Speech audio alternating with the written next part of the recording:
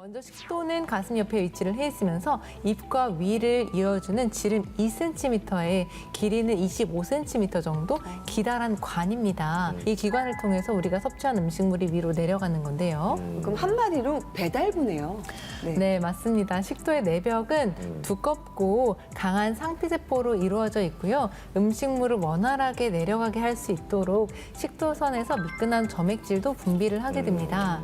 그리고 위와 식도 사이에는 위 속의 내용물이 거꾸로 역류되는 것을 막아주는 조임새 역할을 하는 부위가 있는데요. 네네. 이를 바로 하부식도 괄약근이라고 합니다. 네, 괄약근이라고 하면 말 그대로 이렇게 조여주는, 식도를 열고 닫아주는 걸 얘기하는 네. 거죠. 저는 네. 한참 생각했는데 알고 여기 있는데, 위에도 있었네요. 네, 관략근이. 여기에도 있습니다. 건강한 하부식도 괄약근은 평소에는 꽉 닫혀 있다가 음식을 먹을 때 또는 트림을 할 때 또는 구토를 할 때 네네. 잠깐 살짝 열려줘야 되는데요. 지금 보이는 사진은 정상적인 하부식도 괄약근입니다. 매끈하네요. 네, 뭔가 힘이 매끈하고, 빡 들어가 있는 느낌인데요. 네, 꽉 조이고 있죠. 네네. 반면 역류성 식도염일 때 괄약근을 볼게요. 아유, 이거 뭐 헐었네 많이. 아니, 그렇기도 하지만 조여있지가 않은데요. 느슨하네. 틈이 보여요. 틈이 네, 보여요. 보시는 것처럼 괄약근이 좀 느슨해지면서 네. 세로 주름을 따라서 가시 모양의 점막 손상을 관찰할 아이고. 수가 있는데요. 이 경우 입구가 느슨해져서 이 안쪽에 있는 음식물이 거꾸로 역류가 된다든지 많은 위산을 포함한 위액 음식물이 역류를 일으키는 것을 역류성 식도염이라고 합니다. 그러니까 하부식도 관략근이 제대로 역할을 하지 못해서 음식물이 거꾸로 올라온다는 건데요. 이 역류성 식도염의 증상이 뭐 메시껍고 속이 더부룩하고 이거 말고 또 있을까요? 앞서 식도가 가슴 부위에 위치해 있다고 미나리 선생님께서 설명을 해주셨는데요. 네네. 가슴과 가까이 위치해 있기 때문에 역류성 식도염이 있으면 통증을 느끼게 되는 겁니다. 그렇죠. 위액이 역류하면서 자극을 받은 식도로 인해서 가슴부터 목까지 타들어가는 듯한 느낌을 맞아요. 받고요. 아우. 이로 인해서 가슴이 답답하고 네. 호흡곤란까지도 올 수가 있는 겁니다. 네. 심한 경우에는 통증이 느껴지기도 하는 거죠. 제가 이와 관련해가지고 재미난 그 이야기를 해드릴게요. 네네. 응급실에 오시는 분들 중에서 가슴 통증을 호소하시는 환자분들이 정말 많거든요. 그런데 그 흉통을 호소하는 환자분들 중에서 실제로 심근경색인 분들은 경험상 20% 미만인 것 같아요. 나머지 분들은 대부분 식도염 위험인 경우들이 굉장히 많아요. 야, 그만큼 가슴 통증이 심하다는 거 아니에요? 심하다는 거네요. 급성 심근경색이랑 헷갈릴 정도로. 그러니까요. 네네. 근데 진단해 보면 식도염일 경우가 많다. 네, 그렇습니다. 그런데 정말 주의하실 것은 혹시 지금 이 방송을 보시고 가슴이 아픈데 나는 식도염일 거야 라고 생각하고 뭐 진짜 뭐 응급실로 오시는 거를 게을리하시면 절대로 안 됩니다. 절대 안 됩니다. 네. 아프시면 응급실로 가셔야 됩니다. 그렇죠. 시청자 여러분. 네. 오해하시면 안 됩니다. 네. 그럼 기침은요. 역류성 식도염하고 어떤 관련이 있는 건가요? 역류성 식도염과 기침이 연관되는 이유는 위산이 역류가 되면서 후두부와 기관지까지 위산과 음식물이 올라오기 때문인데요. 즉 강한 위산이 후두부를 자극하게 되면 만성 기침을 유발하게 되는 것입니다.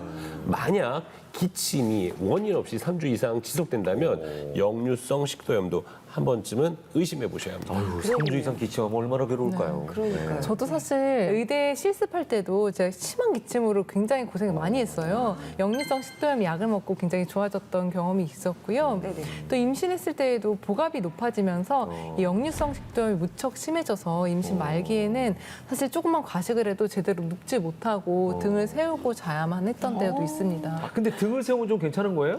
네, 이게 아무래도 같은 레벨에 있으면 좀 더 역류가 심하게 올 수가 있는데요. 좀 세우고 있으면 그렇게 위로 넘어오는 증상이 좀 덜하기 때문에 예. 훨씬 도움이 됩니다.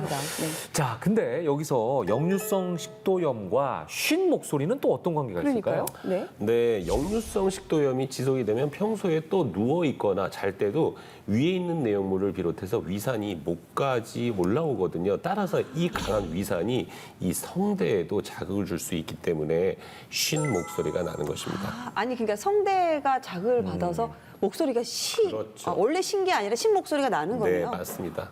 네, 마지막으로 충치와 입냄새는요. 네네. 위산이 보통 산도 1, 2 정도라고 하면 구강 내 산도는 5, 6 정도거든요. 이 강한 산도가 올라와서 치아를 싸고 있는 범랑지를 녹이기 때문에 충치가 잘 생길 수가 있는 겁니다. 네네. 또 입냄새의 경우에 소화불량으로 인해서 소화되지 않은 음식들이 발효된 냄새가 올라오는 거고요. 이 증상은 역류성 식도염의 대표적인 증상으로 볼 수가 있습니다. 네. 아니 충치가 역류성 식도염하고 연관이 있다는 생각은 진짜 일도 안 하잖아요. 그래서 이거를 그냥 대수롭지 않게 여겨서 만약에 역류성 식도염을 방치하면 어떻게 되나요? 이게 아주 극히 드문 경우이긴 네. 하지만 역류성 식도염을 방치하면요. 네. 식도에 협착증이 생깁니다. 그래서 좁아진다고요? 좁아진다는 이야기죠. 그래서 예를 들어서요. 살에 상처가 났을 때요. 주변에 살을 당기면 당겨지잖아요. 식도도 마찬가지입니다. 상처가 자꾸만 생겼다가 나았다면 거기에 흉터가 생기고요. 그 흉터 때문에 이제 탄력성이 떨어지게 되는 겁니다. 탄력이 떨어지면서 괄약근은 더 이상 힘을 못 쓰게 되고요. 이러한 증상이 계속해서 진행되면요. 음식을 삼킬 때 어떻게 했어요?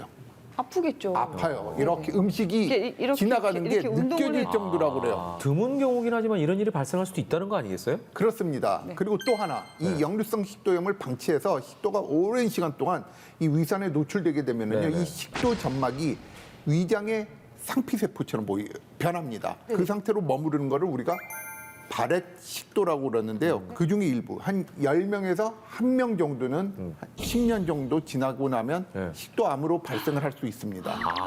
이게 암이 될 수 있는 암이 될 수 있습니다. 뿐만 아니라요. 이제 이 역류성 식도염이 있을 때 이 위액이 이렇게 올라와 가지고 기관지로 넘어가게 되면 기관지가 손상이 되고요. 뿐만 아니라 화학 물질에 의한 폐렴이 발생할 수 있는 겁니다. 아, 이게- 위산이니까. 네네. 아니 폐렴까지 발생할 수 있는 거면 굉장히 위험한 거 아닌가요? 아, 역류성 식도염 대체 원인이 뭔가요? 네, 바로 잘못된 생활 습관 때문입니다. 네. 무슨 말이냐면 평소 과식과 고지방식 위주의 식습관이 위산 분비를 증가시키는 것인데요. 네. 기름기 있는 음식을 많이 먹으면 위에 내용물이 많이 늘어나고 그만큼 위산 분비가 증가하게 됩니다. 식도 점막에는 보호막이 없기 때문에 위산 자극을 그대로 받게 되는데요. 이로 인해서 역류성 식도염 환자들은 대부분 타는 듯한 통증을 호소하게 됩니다. 아니 선생님 그러면 과식하고 고지방 식사만 좀 바꾸면 될까요? 네, 물론 네. 과식, 고지방식의 식습관을 바꾸시는 거는 당연히 해야 되는 거고요. 네네. 또 하나 바꿔야 하는 습관이 있습니다. 바로 식후. 야식을 먹고 난 다음에 바로 눕는 분들이 많습니다. 저를 포함해서요. 식도염 환자들은 식도 기능이 많이 떨어져 있는 분들이 많습니다. 네. 그 상태에서 잠을 자게 되면 위장 운동이 서 있는 상태가 되기 때문에 더 쉽게 역류가 발생을 하는 거고요. 그렇기 때문에 야식을 드시거나 저녁 식사를 하신 다음에는 적어도 2~3시간 정도는 앉아 있거나 운동을 한 다음에 주무셔야 하는 거죠. 네. 역류성 식도염 첫 번째 퀴즈.